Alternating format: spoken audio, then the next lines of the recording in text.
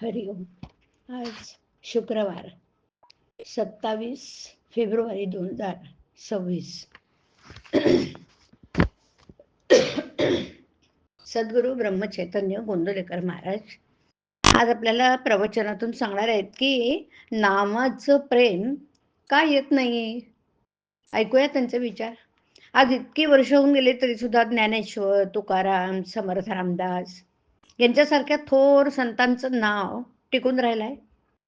याचं खरं कारण हे की त्यांचं नामावर अत्यंत प्रेम होतं. या सर्व संतांच्या वचनावर आपण विश्वास ठेवतो. त्यांच्याप्रमाणे नामाचं प्रेम आपल्यालाही यावं असं आपल्याला वाटतं. पण ते प्रेम आम्हाला का उत्पन्न होत नाही याचा विचार आपण करायला पाहिजे. या नामाला उपमा देताना ते अमृतापेक्षाही गोड आहे असं त्यांनी सांगितलं. नामाला अमृताची उपमा देताना त्या अमृताच्या पलीकडे दुसरी गोष्टच नाही असं आपण म्हणतो. मग त्या नामाचं प्रेम आम्हाला का बरं नसावं. तर त्या नामाच्या आड काहीतरी येत असलं पाहिजे हे खास. ज्याप्रमाणे आपण तोंडात साखर घातल्यावर आम्हाला जर ती गोड लागली नाही तर तो दोष साखरेचा नसून आमच्याच तोंडाला चव नाही असं आपण म्हणतो. त्याप्रमाणे नामाची गोडी आम्हाला अनुभवाला येत नसेल तर आमच्यामध्येच काहीतरी दोष असला पाहिजे खास. नामाचं प्रेम येण्याला बहुतेक लोक काही ना काही अडचणी सांगतात. कोणाला विचारलं नामाचं प्रेम काय येत नाही तर तो सांगतो माझं लग्न झालं नाही, ते होऊन प्रपंच, मुलं बाळ हे सर्व झाल्यावर मला नामाचं प्रेम येईल. पण लग्न करून मुलं बाळ असलेल्या किती लोकांना नामाचं प्रेम लागलंय. कोणी म्हणतो पैसा नाही म्हणून प्रपंचाची काळजी वाटते आणि नावाचं प्रेम येत नाही.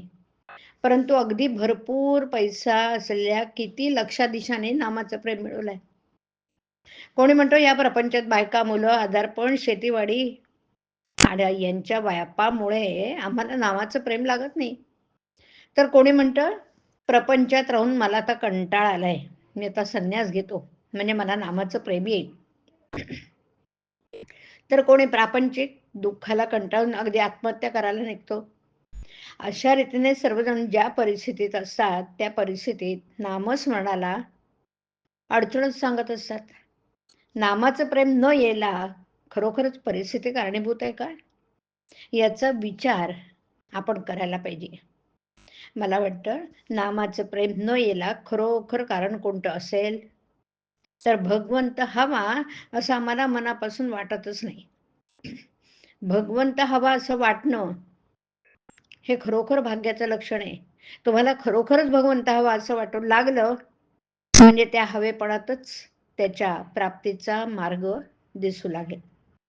नामाची गोडी अशी विलक्षण आहे की ज्याला ती लागली त्याला स्वतःचं भान राहत नाही, म्हणून नामाला वाहून घ्यावं. हरिओम. हरिओम तत्सत. हरिओम.